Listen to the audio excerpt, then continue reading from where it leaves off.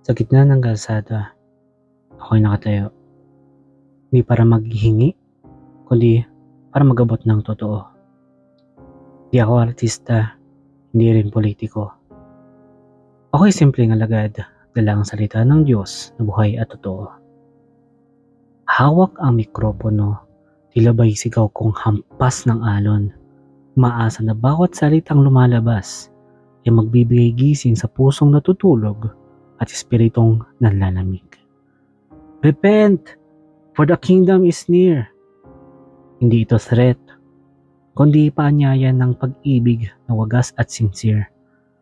Diyos na bumaba mula sa langit upang iligtas ka, ako, tayong lahat. Hindi lang yung nasa loob ng simbahan, kundi pati yung nandito sa daan. Oo, minsan may nambabato, minsan sinasabihang papansin lang yan. Pero hindi nila alam na bawat salita'y may bitbit na kalangitan. Nakakapagod? Oo. Pero ang pag-ibig ni Kristo mas malakas kaysa sa anumang ayoko. Dahil bawat buhay na nililigtas ay higit pa sa gantimpalang hawak ng mundo sa kanyang palad.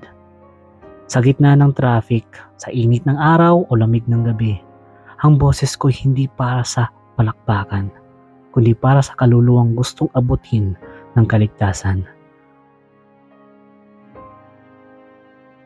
So, kung marinig mo man ako sa kalsada, huwag mo sanang isiping ako'y wala lang magawa. Dahil sa likod ng bawat mahal ka ng Diyos na sigaw ay isang pusong handang masira para lang ang iba ay muling mabuo.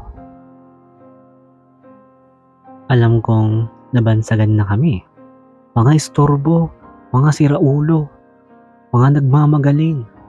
Pero sa likod ng aming megaphone, may pusong umiiyak para sa'yo. Pusong handang pagtawanan, pusong handang mapagod, pusong handang mawalan. May turo ka lang sa kaligtasan. Dahil kung nalaman mong mahal ka niya, kung narinig mong tinatawag ka niya, baka sakaling sa pagkakataong ito, tumigil ka, makinig, at muling bumalik sa Diyos na matagal ka nang hinihintay. Ako'y isang tinig lamang sa gitna ng maingay na daan. Ngunit dala ko ang mensaheng kayang magbigay buhay, magpabago at magligtas. Mahal ka ng Diyos, hindi pa huli ang lahat.